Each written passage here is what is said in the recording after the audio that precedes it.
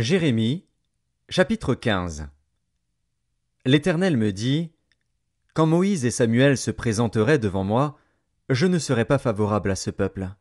Chasse-le loin de ma face, qu'il s'en aille. Et s'ils te disent: Où irons-nous? Tu leur répondras: Ainsi parle l'Éternel, à la mort ceux qui sont pour la mort, à l'épée ceux qui sont pour l'épée, à la famine ceux qui sont pour la famine, à la captivité ceux qui sont pour la captivité. J'enverrai contre eux 4 espèces de fléaux, dit l'Éternel.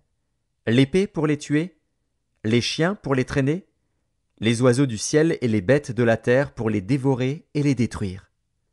Je les rendrai un objet d'effroi pour tous les royaumes de la terre, à cause de Manassé, fils d'Ézéchias, roi de Juda, et de tout ce qu'il a fait dans Jérusalem.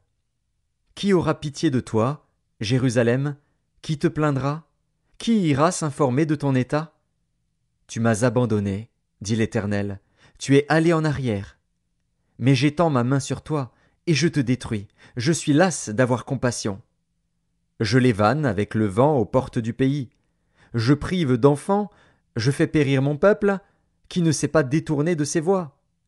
Ces veuves sont plus nombreuses que les grains de sable de la mer.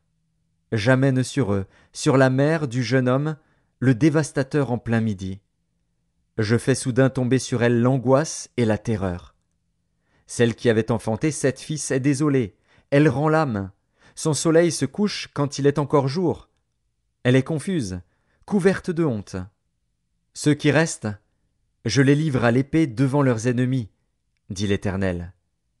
Malheur à moi, ma mère, de ce que tu m'as fait naître, homme de disputes et de querelles pour tout le pays.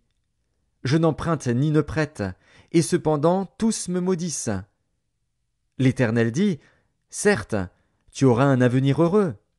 Certes, je forcerai l'ennemi à t'adresser ses supplications, au temps du malheur et au temps de la détresse. Le fer brisera-t-il le fer du septentrion et l'airain? Je livre gratuitement au pillage tes biens et tes trésors, à cause de tous tes péchés, sur tout ton territoire. Je te fais passer avec ton ennemi dans un pays que tu ne connais pas, car le feu de ma colère s'est allumé, il brûle sur vous. Tu sais tout, ô Éternel. Souviens-toi de moi, ne m'oublie pas, venge-moi de mes persécuteurs. Ne m'enlève pas, tandis que tu te montres lent à la colère. Sache que je supporte l'opprobre à cause de toi. J'ai recueilli tes paroles, et je les ai dévorées. Tes paroles ont fait la joie et l'allégresse de mon cœur. Car ton nom est invoqué sur moi, Éternel, Dieu des armées. Je ne me suis point assis dans l'assemblée des moqueurs, afin de m'y réjouir.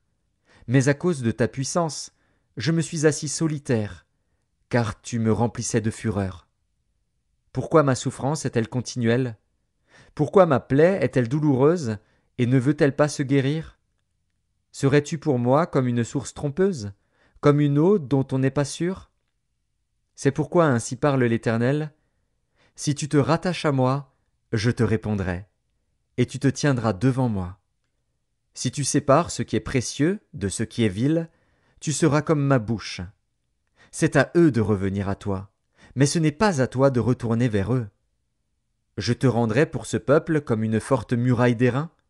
Ils te feront la guerre, mais ils ne te vaincront pas, car je serai avec toi pour te sauver et te délivrer, dit l'Éternel. Je te délivrerai de la main des méchants, je te sauverai de la main des violents.